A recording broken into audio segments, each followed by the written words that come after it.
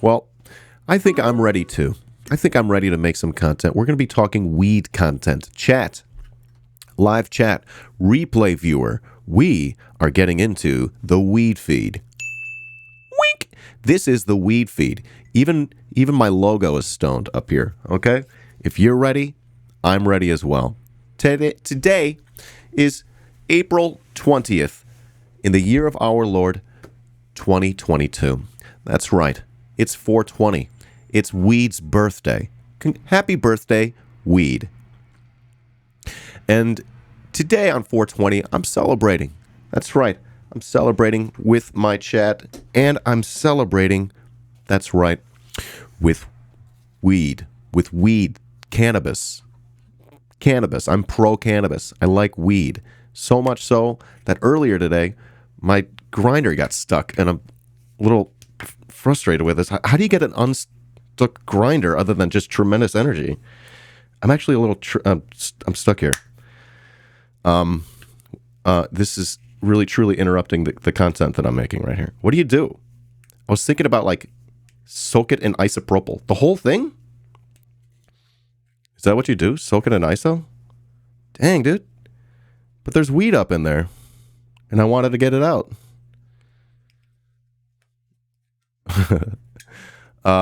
So this is actually disappointing. I got to get another... I wonder... I honestly wonder if I just tap it with glass.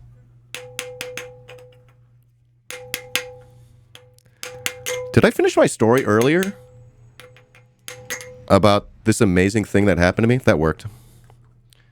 This morning I looked into my jar of weed, and there was just like a couple nugs left, just a little bit left. And I was like, oh no, how am I going to celebrate 420 with just a very small handful of nugs, right? I should have re-upped. Hey, buddy head. And then I remembered, hold on, Dan, you got another jar, bro. And I found the other jar, and there was like a whole new bag waiting for me. This is Orange Kush, I believe. So, here we go. Welcome in, buddy head. Hanging out with me with Problemas. You love to see it. Y'all give Problemas and Buddy Head a follow. You're going to see some great DJ sets, and now I'm scared that this is stuck again. You're kidding me. You are absolutely kidding me right now. So, I probably got like... It's moving very little bit.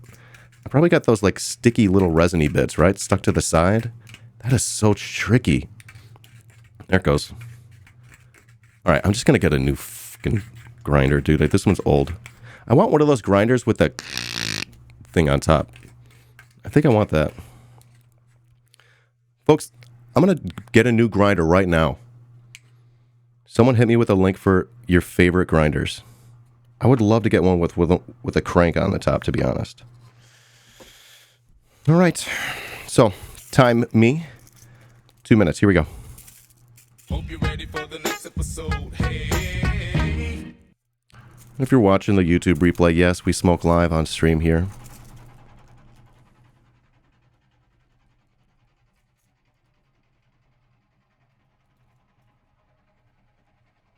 There's some loud-ass car going by.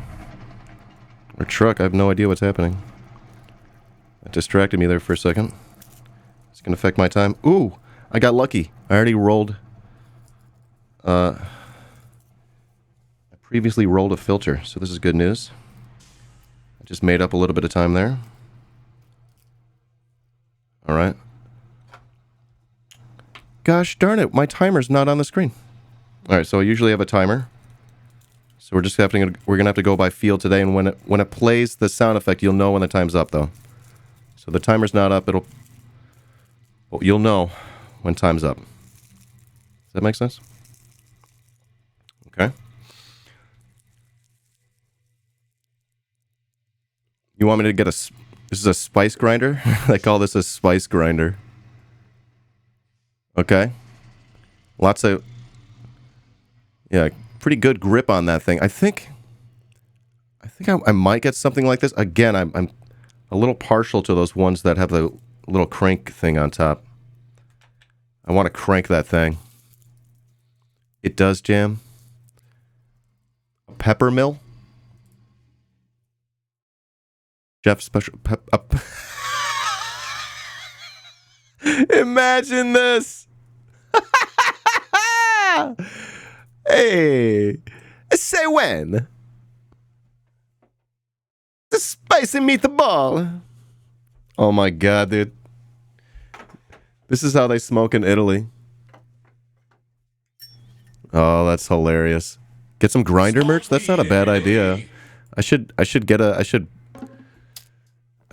partner up with someone and get my own merch, my own weed merch. All right, there's the timer. Smoke weed every day, y'all. That's hilarious. Smoke weed every day. I gotta add my my new email to that timer there. That event. Cheers, y'all. Happy 420. Excelsior's dirty, so I'm hitting joints these days. I just gotta clean my bong. I'm too lazy to clean my bong. And then, like, I can't, like, smoke a dirty bong on screen. People are gonna make fun of me. Okay, this is really tasty. Orange Kush. I don't know what the fuck that means. If it's like a hybrid, an indica or a sativa, I don't care. You know? If I get high, I get high. I'll put it that way. Toothless grinders. Toothless grinders? You should get a toothless grinder like this. They're the best. Yeah? I don't get how it works. I don't get it. I don't get it. I don't get it. You get an ounce for 100? Damn. That's a great fucking deal over there. That's a great fucking deal over there. I should probably move. I'm going to move this right there. Wow. You thought orange ones are sativas and Kush is indica. See, that's how little I know about this, despite having smoked for so long. You swear by this one, Ross? Whack it? Grinders? Does it have a... Oh, this is the one we talked about.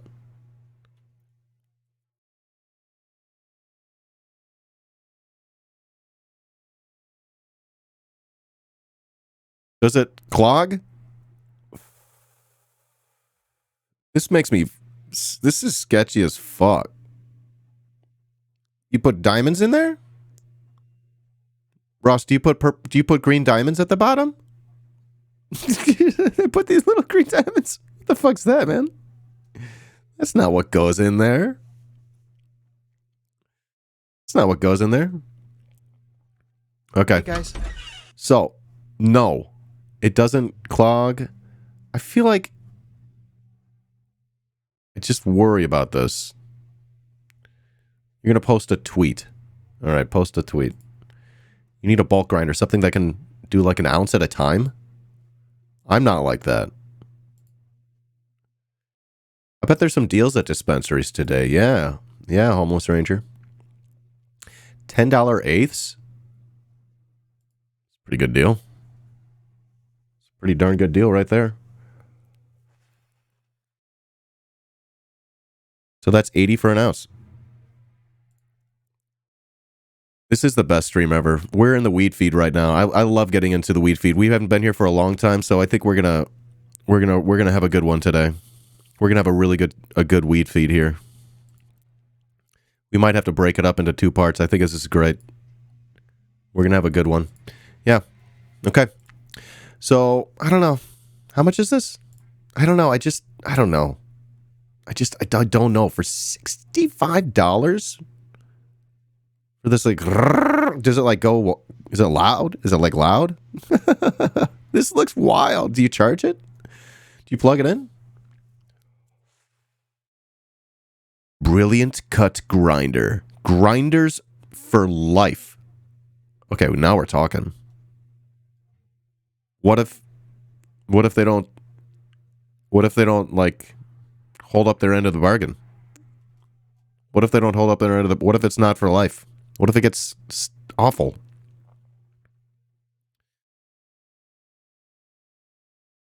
How to keep your grinder clean? Well, that's the thing. I don't really fuck with that, I guess. Grinders for life. Do you have one, Chester? Do you have one of these?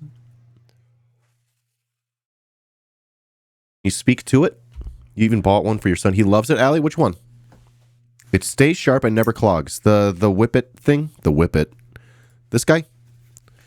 You got this one for your son? What a great mom. Holy shit. The Kozo grinder. The Kozo grinder. Where were we here? This one? The pepper grinder? No. Kozo. You got this for your son. It stays sharp and it never clogs. Okay. Back to here.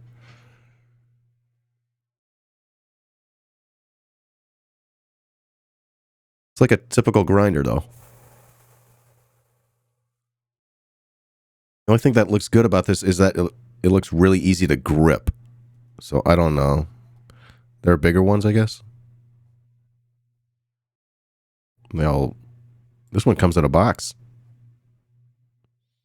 Did it come in a box? That's so nice. Fun for the whole family. Of adults, of course. So I don't know. Now I'm torn. Everyone's telling me different things. It's a beast, you say. You got a standard 3-chamber metal one. Like 3 weeks ago, and it's already broken? Mike boy. Damn, dude. Well, this is pink. I like this. I still don't understand the toothless grinders. This doesn't make sense to me. Don't get it. I don't get it. Do they like... I don't get it. It like confuses me. This sort of makes sense, but it's like, is it going to break? Grinders for life, these seem expensive. And they're like, just clean your... They're just telling me to clean my grinder. But they look pretty good. Okay, what is this? Dab? A debowler? I don't even know what I'm looking at here. Even know what I'm looking at here. Is it like, maybe it's like smushing it with your fingers. Yeah, I could sort of see that. Have we looked at diamond grind? No, tell me about it. The decapper is for a Dynavap?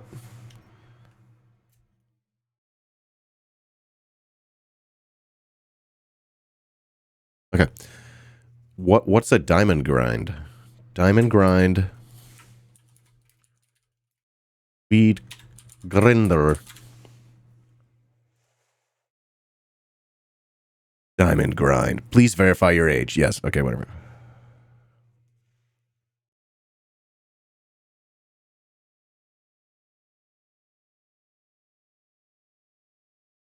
Looks like a standard grinder. I don't know what to say, right? What's good about it? That's what you have. Okay. Okay. Again, I was really hoping to find one with a little crank on the top. So, I might have to keep shopping there for grinders. Okay, we're in the weed feed, and today is 420. And what I want to do now is talk a bit about weed and how it's great. Isn't that great? And I got a new emote in chat. iDan420. That's what it looks like. That's my new emote. Okay. I don't know. For me, I smoked weed, and maybe one of the first times I smoked weed, I was living in Chicago in an apartment, and it was in the middle of the day. I think I was 25 or so, 24, 25. And yes, you could post a link. And thank you. Yeah, so I was like, oh shit, like this is really different. I don't know what to say, right? It was just sort of like, holy shit, I've never known what it's like to not have a tremendous amount of anxiety. I got your link, thank you. It looks like a standard. Oh, this one looks a little different. Yeah. And I was just like, oh shit, this is great. And I really like smoking, right? This one's a little different. There's just the holes are different on the... What is this? It's a toothless grinder. I don't get it. Explain it to me. So of course, I just enjoyed smoking weed, so I would seek it out, and I'd continue to find it throughout my life. Anyways, eventually in Chicago, they made it legal. Yeah, in Illinois, rather specifically, there's dispensaries, and they're very expensive. There's a lot of tax on them, and you don't get great quality weed because you're smoking, the recreational stuff. I don't even know if there's a difference here in Chicago or in Illinois if like the medicinal stuff's any different. I know that's sort of the case in Colorado and California and other states, right? So it's sort of like the concentration's lower or whatever. Dabs, on the other hand, that's another story. So effectively, you can get as baked as you want when you get into dab land.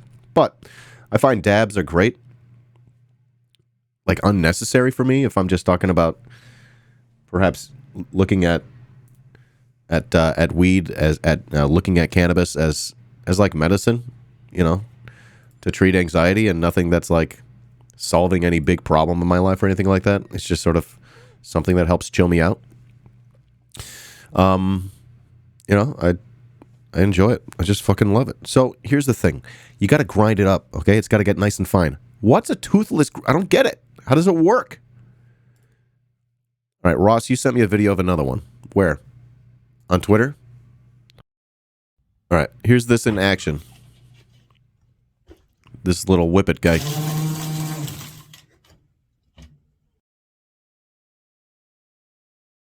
Looks like some dry-ass bud, dude. But you got a little box you do this in? This is great. This is good content over here. Cool. Well, it seems to work okay, right?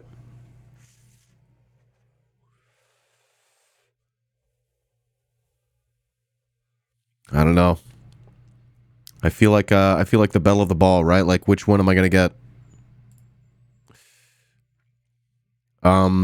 It's got heavy keef. Yeah, that dry bud is gonna like kick off a lot of keef. Yeah, right. The dusty, delightful stuff. Yes, yes, yes. Okay. So, on this day of 420, it's nice to talk about how weed is good and is great. But here's the thing. It's like over-policed. It's treated as if it's a crime, and still in so many places it's treated like it's a crime. It's treated like people who smoke it are criminals. It's criminalized. It's not legalized. And in the places where it is, it's sort of arguably overregulated and overtaxed, perhaps overtaxed. And perhaps we could talk about what we want to do with those taxes that weed generates, right? And specifically, should we be allowing people to enrich themselves off of their newfound weed businesses if there's still people in those places being punished for doing effectively the same thing before it was legalized? Right. So there's a lot to talk about today. I asked my audience to share links with me in a Twitter thread. I also put some links in there today myself. So let's go ahead and kick this off, this portion here of the weed feed. You are in the weed feed. You're in the weed feed. All right. Here's Sandinista, friend of the stream. Today would be the perfect day for the president to legalize cannabis on a federal level and lock shit in for midterms, but he won't. Happy 420, though. Don't forget to shop local. Love it. Yeah, so we're definitely going to get into this as we go, but the thing is that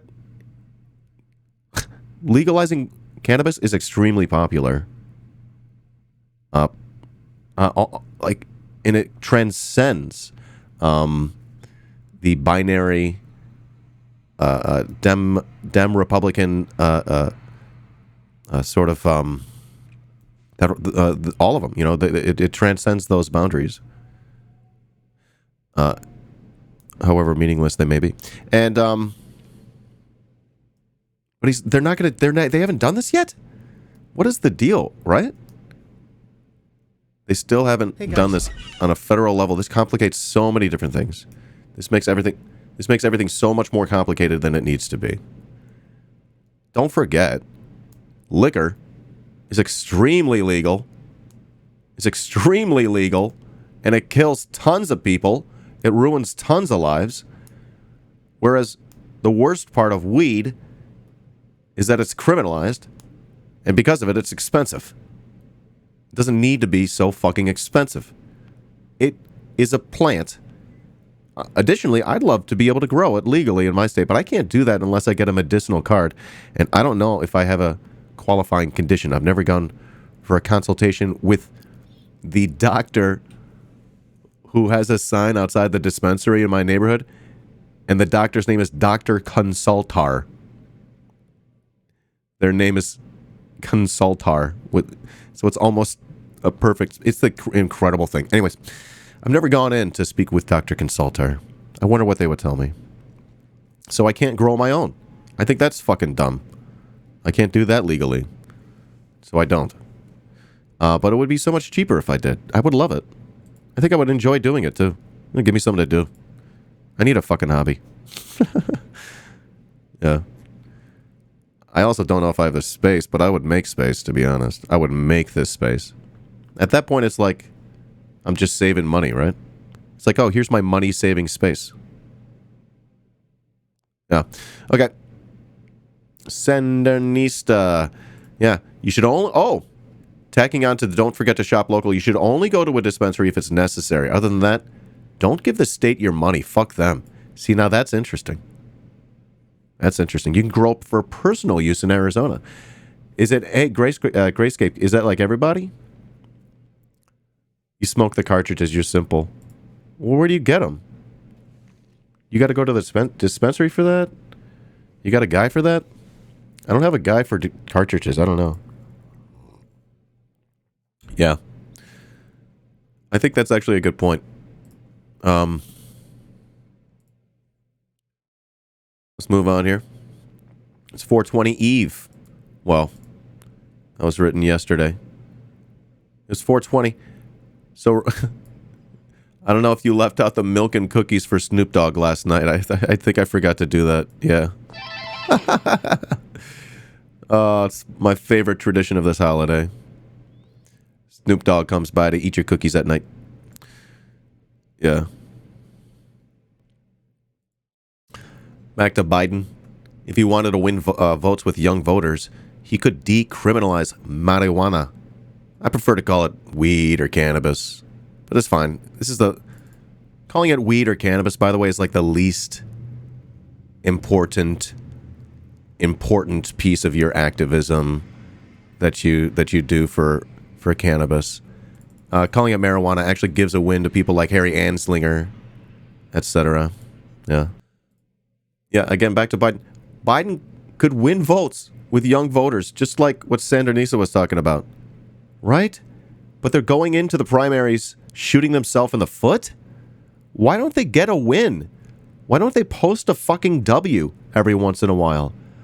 Who do they work for? Like, is the alcohol lobby doing this? The booze lobby? Come on. Something that Americans they overwhelmingly want it, but Dems won't. Why? Happy 420 anyway. Here's how many. I was just about to ask how many. I was wondering about the data, were you? I was too. Americans overwhelmingly say marijuana. Weed, man. Cannabis should be legal for recreational or medical use. Of course. Like, the only people who don't are prudes and losers. Am I right? Fucking nerds. But, like, not in a good way. Not the cool ones that are all now our bosses. How the fuck did that work out? Like, the fucking the bad nerds turn into these like evil geniuses, and then like there are bosses sometimes too. They're not necessarily geniuses; they're just evil. And then like we got the cool nerds, you know what I mean? That just like to vibe and talk about nerdy things. Like, that's my kind of nerd. All right, nerding out over weed over here. Fewer than 10% of U.S. adults say marijuana. They say, I'm just going to start saying weed. Fewer than 10% of U.S. adults say weed should not be legal at all. The percent who say weed should not be legal, 8%. 8% believe weed should not be legal.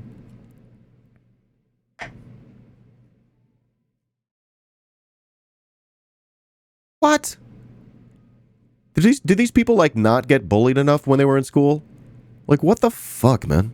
1% refused. They're like, nope. I'm not answering that question. You got 1% that's just uppity, I guess. How dare you? How dare you ask me this question? They all had funny accents and monocles. However, 91%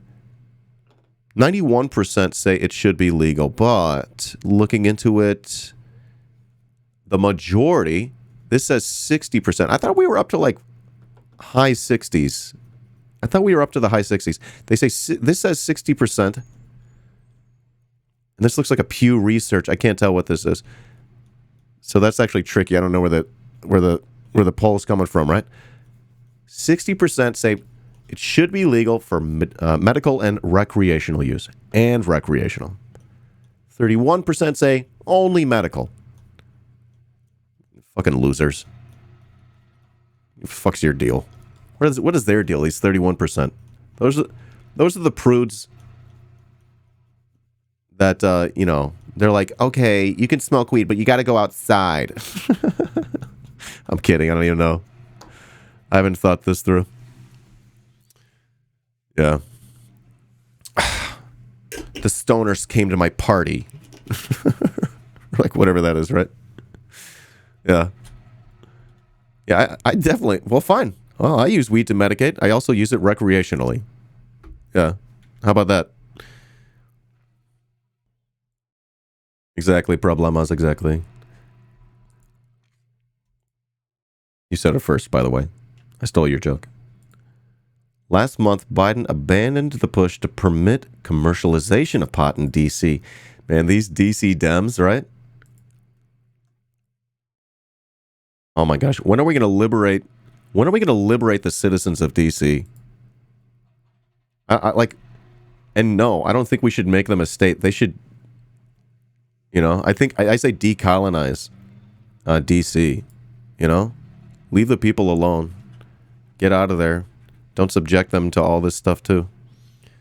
But that's like taxation without representation. Here's Chester, D.C. statehood now. I say no statehood. I say, right, liberate them. Right? They should be liberated from the whole thing. One step at a time.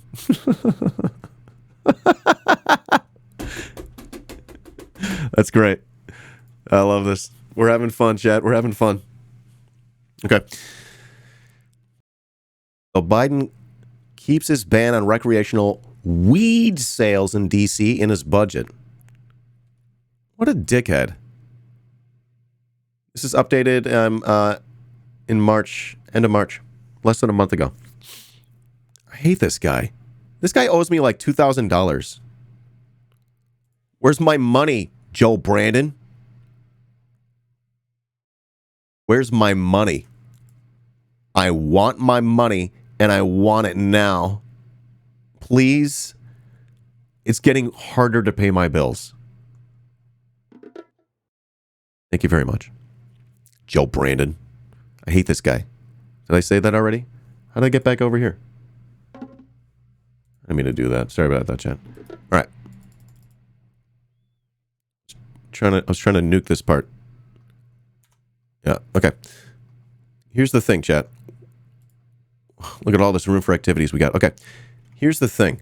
Joe Brandon, he's not my president. Do you know who my president is? Scabby the Rat. President Scabby the Rat.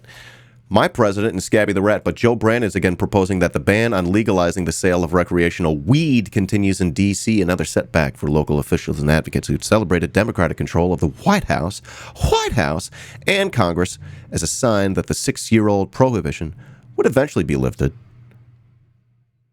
Biden included what's come to be known as the Harris Rider in his proposed $5.8 trillion budget for 2023, unveiled Monday, just as he did in the proposed budget for 2022 last year. The Harris Rider. Why do we call it the Harris Rider? It's named after the Representative Andy Harris. Rep. Andy Harris. This guy needs to smoke some fucking weed, dude. What a square. They named it after this guy? Here's his website. I hate it.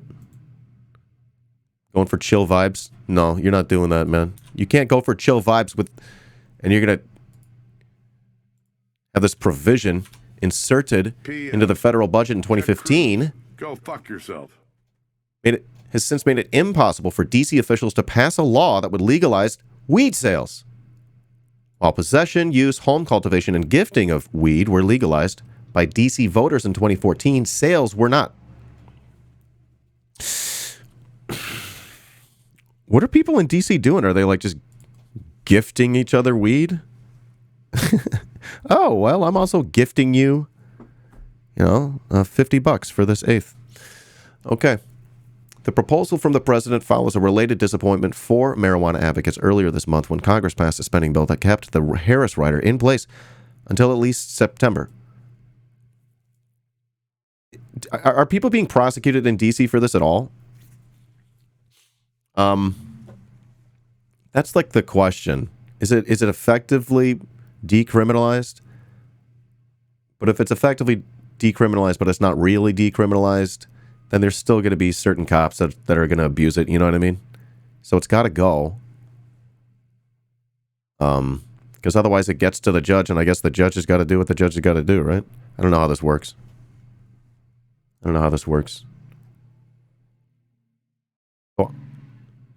you'd like to hope there's no prosecution. You'd like to hope it's effectively decriminalized, and everything's on the DL, which is what we would want. We don't want the state taking weed money, to be honest. We don't want to give the state money. We know what the state does. We know how the state is. In the United States, in this economy, come on, right? The proposal from the president follows a related disappointment for weed advocates earlier this month when Congress passed a spending bill that kept the Harris Rider in place until at least September. Also means D.C.'s window for moving to legalize sales, which Mayor Muriel Bowser and majority of the D.C. council say they want to do, is fast closing, especially if Republicans were to take control of either the House or Senate after the midterm elections. Joe Brandon said that he supports states deciding whether they want to legalize weed sales. More than a dozen have already done so. And how far are we up to? What are our numbers here? Places like Maryland and Virginia are expected to follow suit. He's supported D.C. statehood, which would clear the way for the city to do what states elsewhere are moving ahead on without congressional interference. But his decision not to remove the Harris Rider from his budget proposal again threatens to leave D.C. In what local officials have deemed a regulatory no man's land, where a growing industry of D.C. retailers sell products and give gifts of marijuana, weed, but the city can do nothing to effectively regulate them. I have a hard time reconciling the administration's strong support for D.C. statehood, which would give D.C. not only voting representation in Congress, but also full local self-government with a budget that prohibits D.C. from spending its local funds on recreational marijuana commercialization, said D.C. Delegate Eleanor Holmes Norton in a statement. Is that right? A delegate?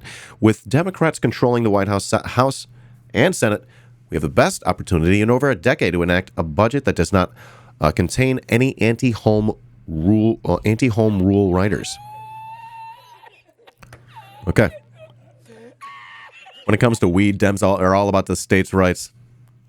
That's actually very accurate, and that's disappointing. And I've never noticed that. Once again, Amtrak Joe gives the residents of D.C. his caboose to kiss. Tweeted local activist and former council candidate Marcus Batchelor.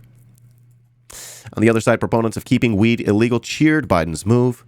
Legalization advocates hoping for an ally in the president will be very disappointed, said Kevin Sabat, president of Smart Approaches to Marijuana. That's what it's called. Change your name, you idiots.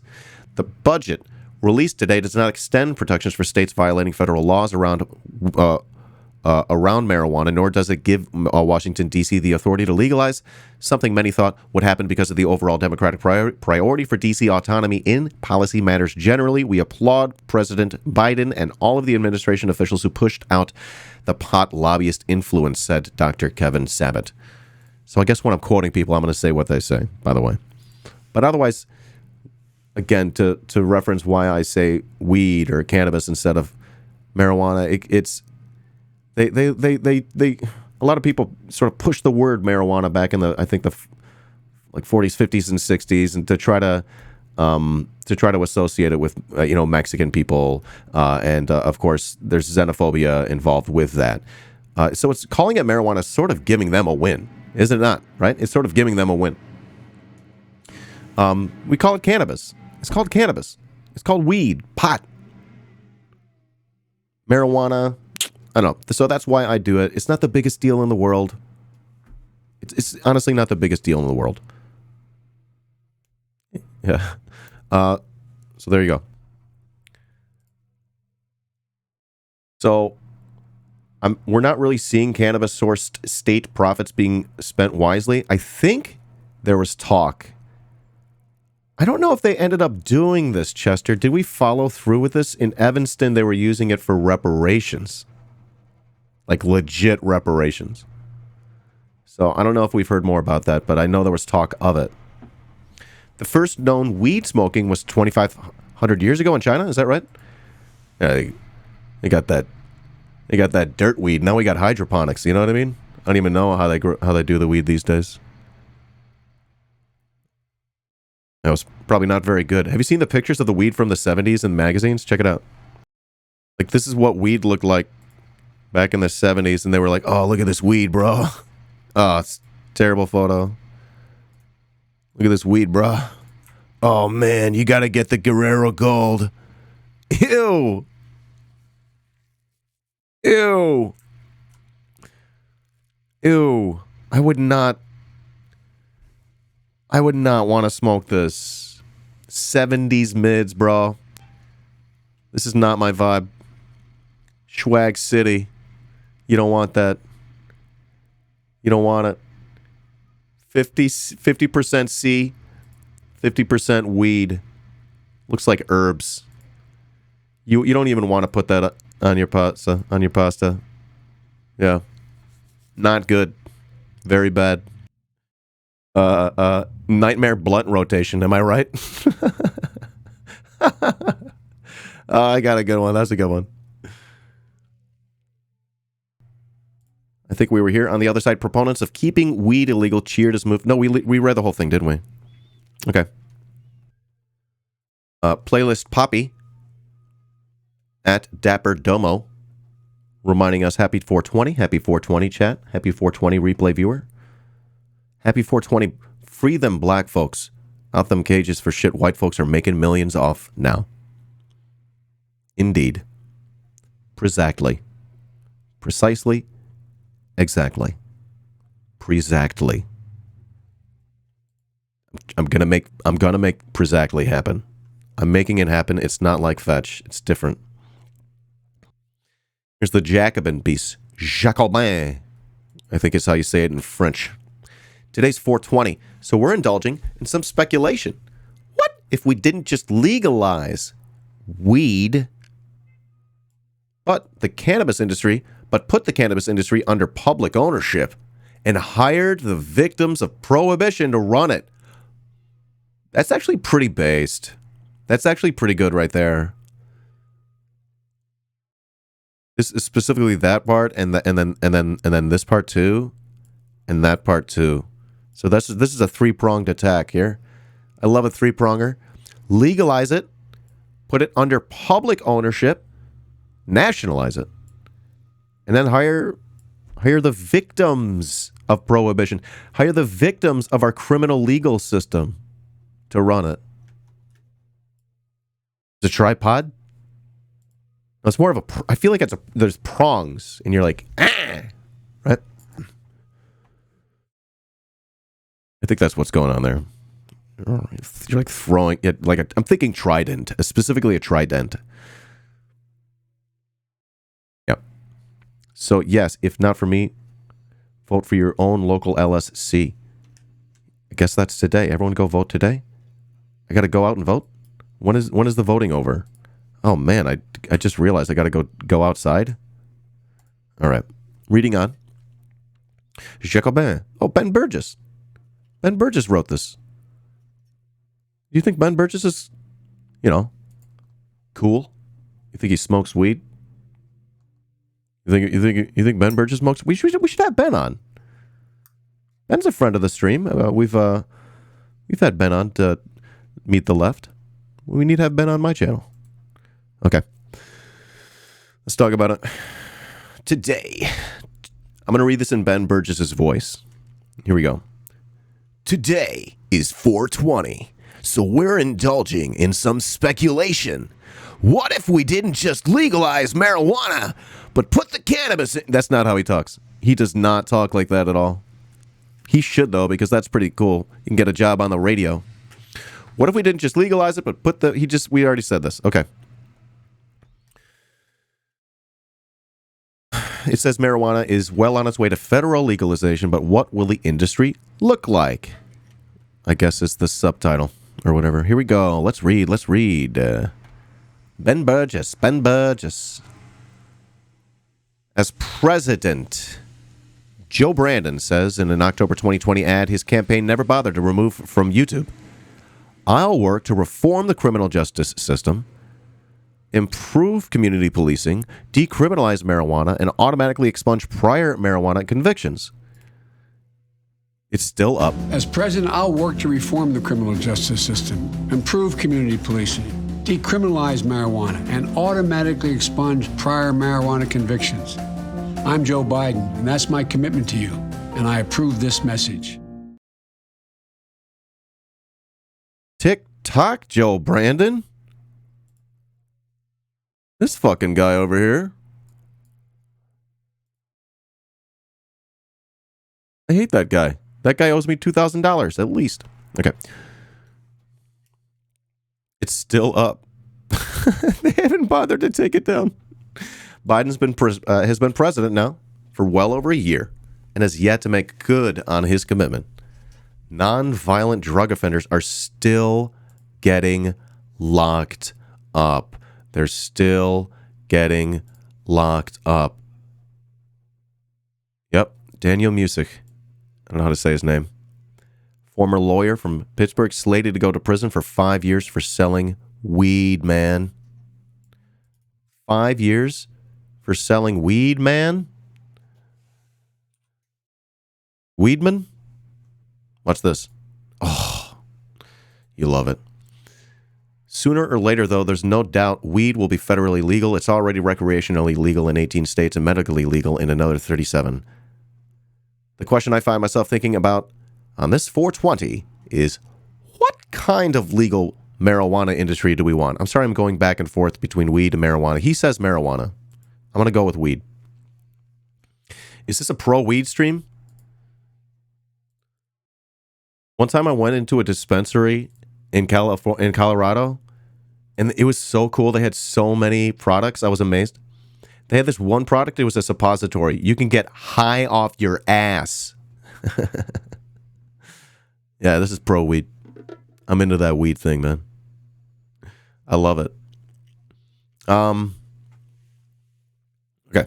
One option, the most likely, says Ben Burgess, is a privately owned weed industry that allows rich people to get even richer by investing in it. But there's a better solution. We could put the new industry under public ownership and hire the victims of prohibition to run it. I like this framing. I like it. All right.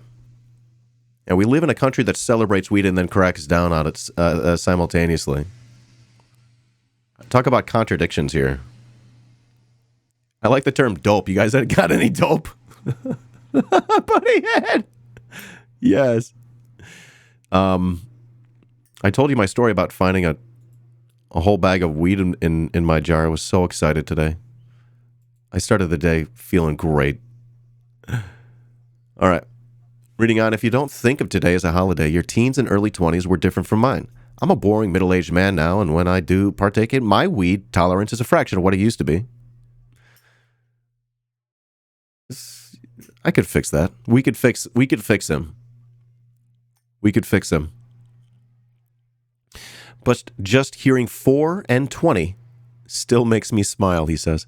My favorite explanation of the association of 420 of the time and 420 of the date with cannabis culture is that it stems from the H.P. Lovecraft and Kenneth Sterling's 1939 short story In the Walls of Eryx.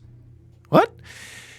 In the story, the main character has a trippy experience. When a sense of reality comes flooding back to him, he looks at his watch and is astonished to find the time was only 4:20. What? More than likely, this is just a coincidence, and one of the more mundane alternative explanations is correct. But the Lovecraftian theory is so much more fun. Oh. Isn't the alternative the one where it's the alternative explanation? It's the cop call. Okay, you got a 420 on the. We got a 420 in progress. Yeah, that's right, 420. I code 420. Local youths are doing a 420. I wish I had the radio. Which button is it? This one? Is this button? 420 here. We got a 420 in progress. I don't know if that's the button. It's supposed to have some effect. All right, who cares? I don't care why they call it. Who cares? It's weed, and now it's 420, and then we celebrate it. Who cares, right? That's the point. Do we need to know? I sort of don't care. I literally don't care. All right. Nope. Yeah, moving on. And that, I like how it says nope.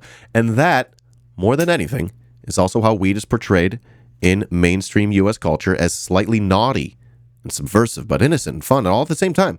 Yeah, it's interesting. More contradictions. Think about the Harold and Kumar movies or That 70s Show, the long-running Fox sitcom where Eric Foreman and his friends would sit around in a circle in the family basement laughing, joking, and getting high. What, that's what they were doing? They were just chit-chatting. I thought they just had a little ritual where they sit in a circle and chit-chat. It's a reference to 4:20 p.m., which is when some kids said they met to smoke when interviewed by High Times. Okay, let's just go with that. TLDR. I'll work with that. I just literally don't care why it is, right? So I'll put that in my head and I'll say that's it, and I don't care if it's wrong. In a sop to the network's censorship rules, the camera would swing around the circle while the joint was passed just off screen, and smoke drifted into frame. So no teenager was ever technically depicted breaking marijuana laws, but it was an unambiguously affectionate portrayal of a substance that wouldn't be recreationally legal in a single state until 6 years after the show went off the air. Hey, guys. Boof! Welcome in, Boof. Thank you for the 1312 biddies. Fuck the police. All cops are bastards. America. How you doing today, Boof? America has long looked on weed culture with a fond and indulgent smile, even as it keeps locking up many thousands of people for doing exactly what the employees of weed shops will, soon enough, be legally doing in every state. Think about it. They're doing injustices in the name of justice. That's what the criminal legal system is. Don't call it a justice system. All right. But Ben's talking about a just future for legal weed. Why does the J have a little penis? Do you see this? It's got a little dick on it. Hold on, zoom. Zoom. Enhance. Look at the little dick. The J's got a dick on it. This little wiener. It's funny. All right. As the country meanders towards full federal legalization, we already know what the future of the weed industry will probably look like. Already profitable corporations branching out into the lucrative weed business. While little's done for the people whose lives were destroyed by the criminal legal system for plying the same trade. I'm having to correct this into my own vernacular as I read. Here's what a better version of federal legalization might look like. Hold on. All right, a better version. New Hampshire's state monopoly on liquor stores is a useful model. Anyone who's driven through the Granite State and likes whiskey has probably stopped at one. I guess I will have to. Individual stores have numbers instead of names. Many are so gigantic and well-stocked that they're roadside attractions. People drive in from other states to browse the shelves for good bourbons and sold cheap because New Hampshire doesn't charge sales tax on products it sells at its own stores. Yeah. Look at that. A nationalized weed industry could, like those stores owned by the New Hampshire Liquor Commission, bring enormous revenues into the public sector or to help pay for badly needed social services. So they keep the profit, but they don't need to tax it again. This is awesome. So it's good. Do you see how it's like double good? It's good for the citizens who are buying liquor, and it's good for the they get these revenues from selling the liquor, and they get put it into social services. It's a double good. It's a double win. Why don't we do this everywhere? This is great. Good one, Ben. And as partial compensation for the victims of prohibition, anyone who served time in prison for nonviolent cannabis crimes could skip to the front of the line when applying for jobs at one of the new nationalized weed shops. Let's fucking go. Let's go. You want this. If the strains that lined the shelves at these stores were grown, not by the new Federal Marijuana Commission directly, but contracted out to growing cooperatives to increase variety and consumer choice, a requirement of the contracts could be that the co-ops also preferentially hired people who had been in prison for growing or selling the stuff during Prohibition. How about that? How about that? This is a great idea. I rate it 5 out of 5. It's hard to estimate the amount of money likely to be netted by future federally legal weed industry, whether public or private, but given how much money the cannabis industry is already making in the 18 states with full legalization, it's likely that a nationalized weed industry could both provide large numbers of good unionized public sector jobs and do things like pay for housing for every single homeless person in the United States. Well, couldn't Elon Musk do the same thing? He could just do it. You could just do it, right? Meanwhile, offering jobs in the industry to nonviolent drug offenders would be a baby step toward justice. After what this country has put them through, it's the very least we could do. I think I like that piece. I do know that we were looking at Jeff Bezos' money. So Jeff Bezos and therefore Elon Musk, they each could wipe out homelessness for every single vet in the United States, and it wouldn't even make a dent in their wealth. I just want you to think about that. That's why we can't have nice things. Like, ha ha ha, yeah, Dan made the joke, but seriously, I'm serious. So, I'm going to circle back, talk about Biden here. I hate to disappoint conservative Twitter, but I'm going to circle back here. Happy 420. Today is the 456th day that Biden has refused to fulfill his cannabis campaign promises, which are still up on his website. So we saw the video. This is still on his website.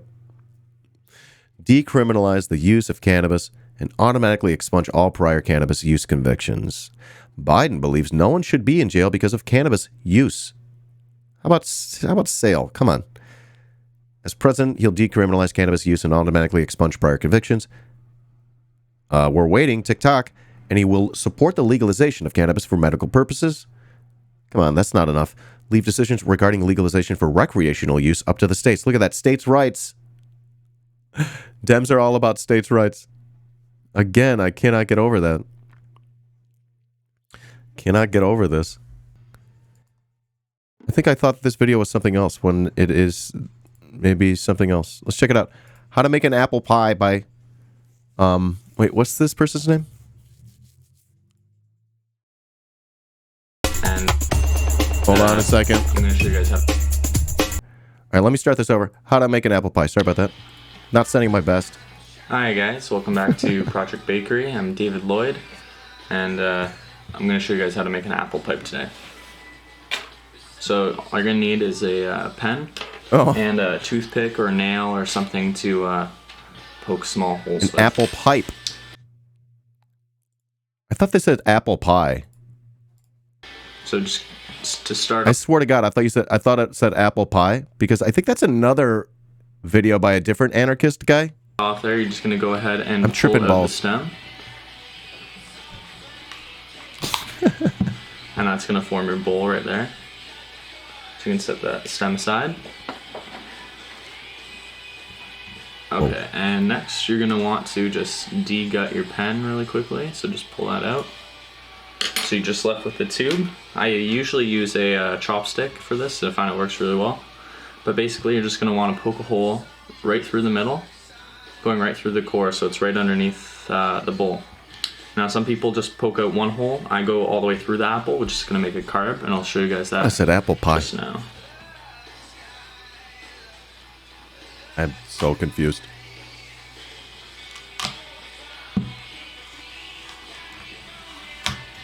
Alright guys, see that? Here we go. So this is a really good option for when you have nothing else, or you're on the go, maybe you're at a friend's or something like that, and you guys don't have anything to use. So just like that, it should go right through your apple. And you guys are going to have a hole on both sides there. I've never had to do this. Alright. I guess I'm just always prepared. What you want to do is take your poking device. You're going to take your toothpick or your nail and just poke a very small hole that's connecting that passage to your bowl. Okay, and you should feel that. There. There's your bowl. So if you want to give that a quick test, just pull on it. Be able to go through. Air is coming through just fine. So what you're going to want to do is hold your finger over the back Got hole, a carb. and you're going to inhale through your through the other hole there. Got a carb. And then when you're done taking the hit, I bet just it's release tasty, the carb, yeah. and it'll pull through any smoke that's left inside the apple. I have an apple allergy, Go though. ahead and quickly pack up a bowl. I just realized I couldn't do this. Uncooked apples. I'm allergic to uncooked apples. Can you believe this? You can't show the good part? And also makes a nice snack, too. Makes a nice snack. I'm going. The twofer. Yeah. Well, sometimes you got to do what you got to do. Free them all, says Sandinista again. Free them all. No pardons, no votes. The last cannabis prisoner. I think we referenced this person a minute ago. In my waning days of freedom, every second brings melancholic pain. Damn, dude. All right, so from what? The Pittsburgh City Paper? Pittsburgh City Paper. The Last Cannabis Prisoner. It's by Daniel Musig. I'm not sure if that's how you say the name. They say in a few weeks, I'll be commencing mandatory minimum 5-year federal prison sentence for the first time non-violent cannabis offense. And this is why Joe Brandon talking about cannabis users doesn't go far enough. You know what? Like, who cares if they're selling weed, right? This is written April 20, today. This is dropped today. Federal prosecutors waited 28 months to charge me for this crime.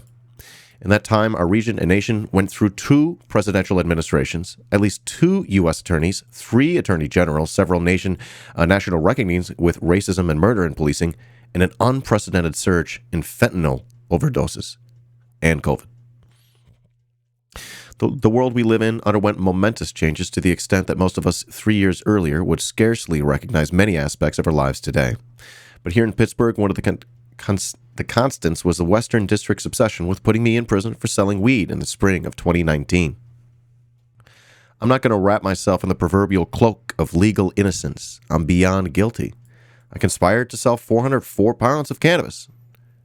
In fairness, my entire life since the age of 13 has been largely a conspiracy to sell weed. I was also not a small-time player. If you smoke legacy market cannabis in western Pennsylvania during the 2010s, and you more likely than not got it from me in some fashion. Look at that. Look at that. I pleaded out at the earliest opportunity given, and most important to this story, I refused to cooperate in any form. While my guilt was factual, the reason behind the government's relentless pursuit of me stemmed less from my nefarious cannabis trafficking activities and more from the job I had when I abortively tried to not sell cannabis. I was a criminal defense attorney with a left-wing bent and a total lack of respect for tradition and authority as depicted by my viral ad. Thanks, Dan.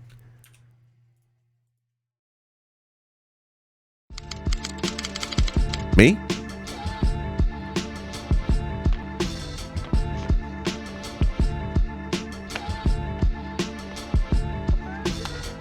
This part of the clip is going to get me muted on YouTube.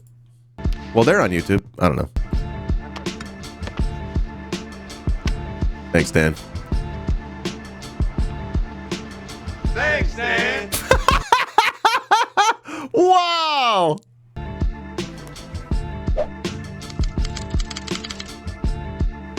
Thanks, Dan.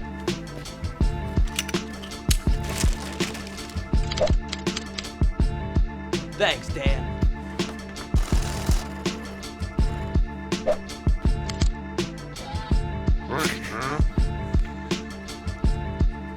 I'll smoke to that.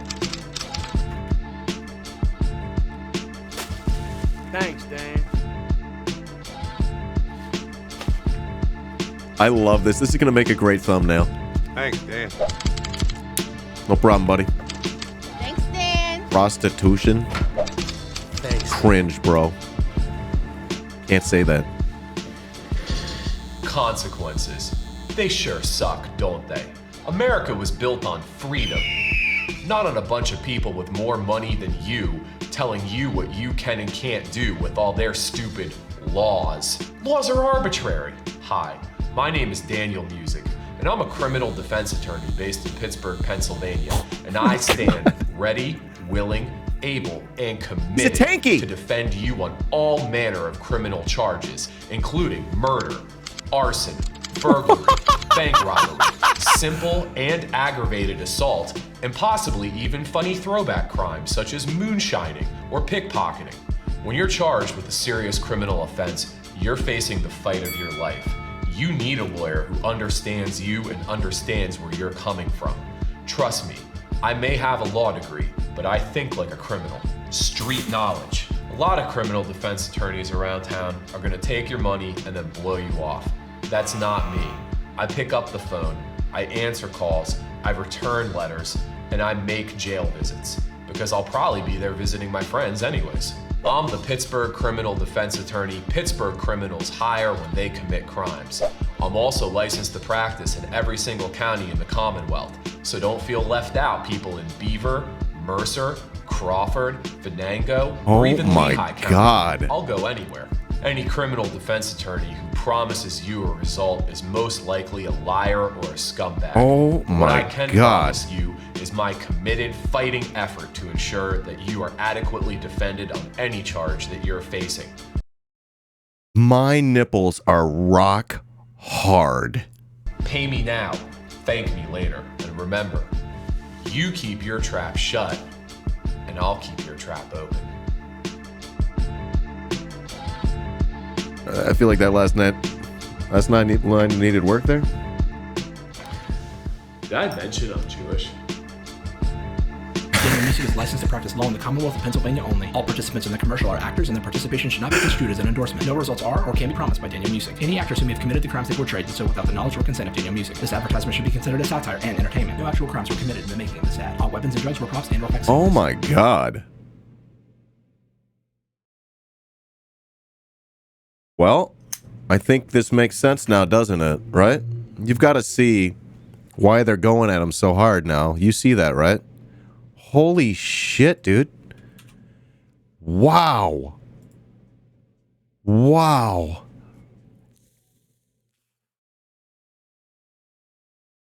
I'll smoke to that. That was one of the most incredible things. I had no idea I was going to watch that today. His viral ad, where my real criminal friends committed dramatized crimes and thanked me for enabling them to do so. I created the ad out of law school, partially as Swiftian satire, because many people, besides those who lock people up for a living, know that our justice system is a sick joke. That is 100% true. Also created it with $300,000 in medical debt and a new career in regressive marketplace. I needed some clients. The ad went meteorically viral due to the fact that the truth in its mocking resonated. Yeah. It succeeded too well for me to represent anyone here without prejudicing them with my presence alone. So back to the trap I went with a bevy of powerful enemies that my later mistakes gave opening to destroy me. Long before your local government ever decided that you were allowed to purchase cannabis in a controlled and friendly environment, myself and then downstairs neighbor Dale, a former steelworker and Mon Valley Citizens Council labor fighter, opened up a Western PA's first dispensary in a converted basement apartment in Friendship. The store, as it became colloquially known, was a Pittsburgh institution. Surgeons, nurses, teachers, local cops, yinzers, yippies, trappers, frat bros, sorority girls, lawyers, rappers, stealers, cosplay kids, judges, punks, anarchists, vegans, service industry and sex workers, pipeliners, skaters, and some elected officials all called it home, jostling happy in the daily line as they asked Dale for the preferred strain or favorite edible. It wasn't just a business, it was a place of love and acceptance and truly egalitarian. Every race and class was present and respected. It was our CBGBs in the East Village or a crash pad on hate in San Francisco. An enduring monument to the counterculture that blazed the trail for the corporate co-opt that ensued. When people talk about weed, they can't help but do these little weed puns. It's cute. There would be no Apple Store-esque dispensaries with gleaming edifices and recessed lighting if people like Dale, myself, and hundreds of others here hadn't taken the initial risk and thrown that Overton window wide open. Look at that. We normalized cannabis being available here at all times. And we broke that exact same law that the Crescos and GTIs did. They somehow are allowed to rake in their chips off the table while we get thrown in prison for more time than many rapists, heroin dealers, or those who stormed the Capitol. I wasn't sentenced to prison for the store. The Fed stumbled on our wholesale operation due to an ongoing investigation into a crew in Braddock that was selling heroin and crack. We sold Guy weed, who sold it to another guy who sold it to them. I make no judgments about anyone, but I don't condone hard drug selling, and I made it a point to never intentionally associate with anyone who did. The local presses, however, didn't take the time to do any investigative work other than retyping law enforcement affidavits and press releases. When local press does this shit, it drives me bonkers, dude. For them, the gotcha aspect of the viral former lawyer going to prison far outweighed the question of what happened here and why is anyone going to prison for cannabis now? Right? Come the fuck on, man. In the year of our Lord, 2022. Had they done even a modicum of work, they'd maybe asked if, during those times of dizzying household expenses and soaring prices, a 2.5-year investigation into nonviolent cannabis sales was the wisest allocation of your tax dollars, right? What a fucking waste. It's like a double waste. It's a double L. They're wasting tax dollars and then they're throwing people in prison, wasting their lives. Every surveillance camera aimed at our house revealed nothing. Every time we were followed during errands, months or even years after I'd withdrawn from illegal activity, every second of overtime, paperclip, printer ink cartridge, and each day of my incarceration was and is being paid for by you. Oh, we have so much fucking freedom here in the United States. Here's the human cost. One of the original indictees lost his life to suicide after he was indicted. 63-year-old father of 3, grandfather of 8, with his first great-grandchild on the way. He wasn't a major player in the game or threat to anyone. He'd never been in trouble. And had cannabis not been criminalized by the feds, he never would have been. Instead, he was facing a mandatory prison term, and under immense pressure to cooperate, he snapped to the unthinkable and irreversible. He's gone forever now. You guys also footed the bill for that. His son, a street poet, famous local artist, was driven to the depth of despair by his father's death. He overdosed and died from fentanyl a few weeks before I was indicted. He was my best friend, a brother to me. And he would be alive and fighting for his sobriety and future if his dad was alive, making no mistake there. So he's also on the tab. My God, dude. My throat is in my stomach right now. We lost our adoption over this. My wife and I. We were finishing up in the home study with a raid from the 2019 and about 2.5 years into the past when I received a phone call from my defense attorney saying I'd been indicted. Soon learned the charges were the same ones I'd offered to surrender on in 2019. God damn it. My surrender was rebuffed when I refused to cooperate. I was willing to accept responsibility for my actions. I wouldn't shift that blame onto others. A coward does that. An enabler of our oppressors. Unfortunately for myself, my wife, my mom, and the child we had to leave in Seoul, others didn't share my idealism. So I guess that goes on the reckoning as well.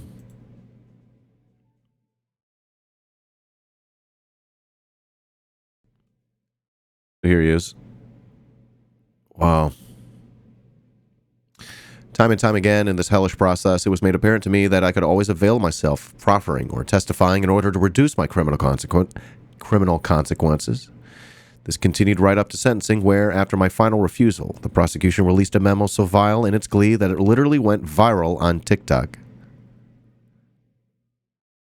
Oh, Hillary Agro. I've been meaning to invite them on. I would love to interview them. Yeah, she does have... She goes viral on TikTok often. Great content.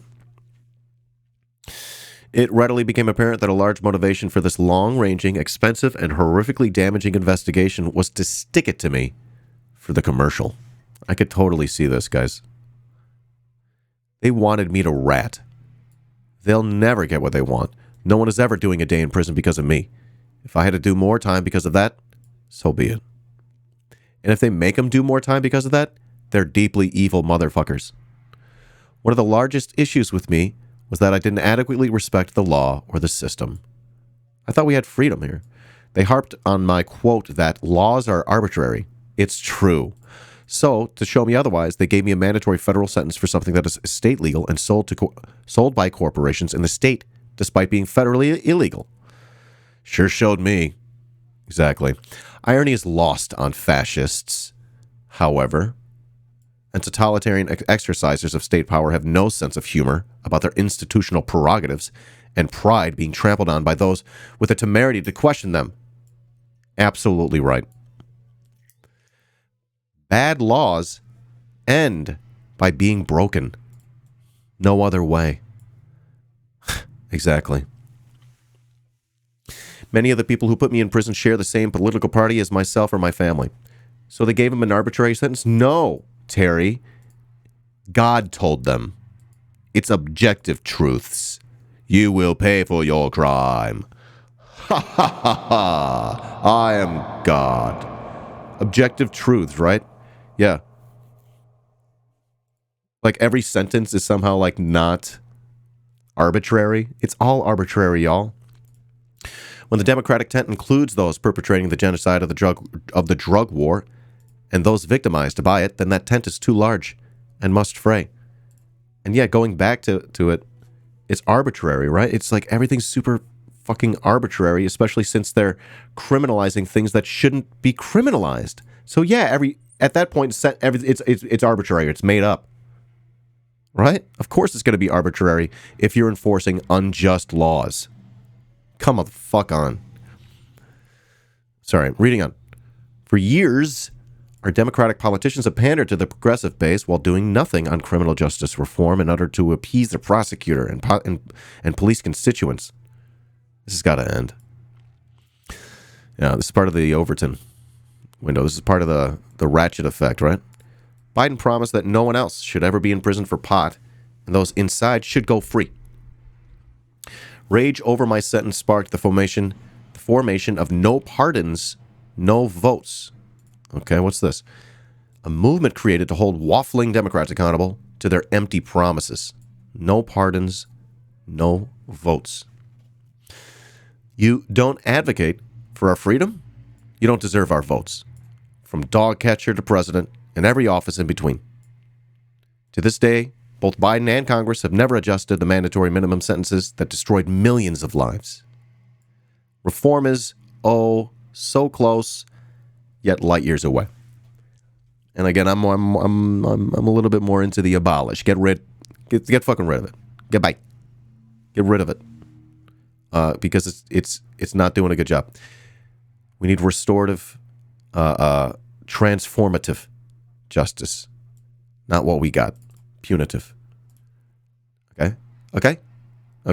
Now, in my waning days of freedom, every second brings melancholic pain. Oh God. Every good memory feels like a lie. I see people walking in the sunshine through my window, and no, there will be no summer for me. No holidays. No nothing. I'll be in a concrete cubicle a million metaphorical miles away from anyone who cares about me, while the world moves on in my absence. My wife will contend with missing me, and my family we hope to have. My parents will age without my presence or ability to help them. My days pass in a torpor of anxiety and dread. I feel like I'm dying. I see no future. If you're like me, you don't know what this word means. Torpor? I've never heard this word before in my life. How do you say it? Torpor. Okay. The state of physical or mental inactivity or lethargy. I've never heard this. You ever heard that word before? That was new to me. Torpor. The people who put me in prison. Both the government and their informants either fail to realize or don't care about the fact that history will vindicate me and reserve a far harsher judgment of them. This is 100% true. History will not smile on the people who are doing this to him. Locking up nonviolent cannabis offenders is not going to be a plumb line on a resume soon. It'll be something those complicit hope to minimize with excuses like, it was the law, or we were just doing our jobs, or following orders. Yikes. I'd submit that once public opinion shifts, those excuses will sound even more hollow, as they're already to do today. There's a long line of these functionaries being retrospectively assigned their responsibility in crimes against people. Criminalization of cannabis was always about social control and never about public protection. At best, they'll be seen as the humorless and prim prohibition agents, and their tolerance of the corporate trade while chasing us will be their corrupt legacy. At worst, and more likely, they'll be perceived no differently than those who locked up war protesters, student dissidents, those who incarcerated migrant organizers, black civil rights activists, and the Japanese during World War II. The law is meaningless in the face of what's right, and that's something they've never understood. This is a human rights crime against nonviolent Americans, disproportionately people of color. I could never do to others what was done to me in this. My life is now suffering, but I can look in the mirror and see a man staring back at me. Everyone's a tough guy till that mandatory hits. Then you see, I passed my test. Shame, many didn't. 'Tis. When you spark up on 420, take a deep inhale. Tilt your head back and blow the smoke up into the sky. Smoke one for me. One for Bobby Capelli, doing 8 years. Fuck.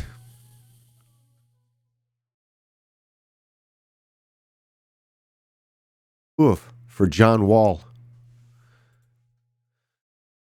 About to go on trial for 10 to life. For Luke Schermazzo, 14 to 22 years. And for Parko Coleman, doing 60.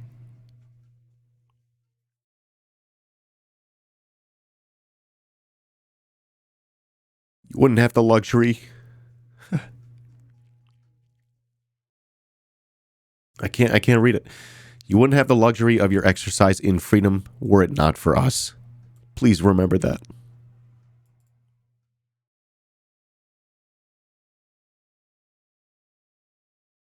Free us all. Fuck their laws. What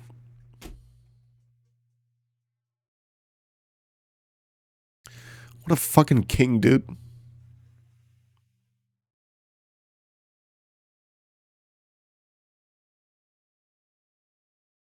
That is king shit.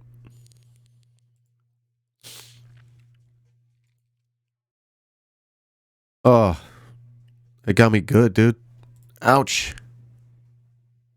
Right in the feels. Love your face.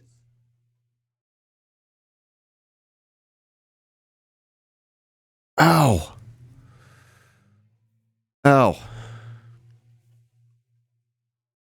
Fuck. Okay. Oh my gosh. Share that with everybody. Share that with everyone you know. All right, Daniel Music. A god among men.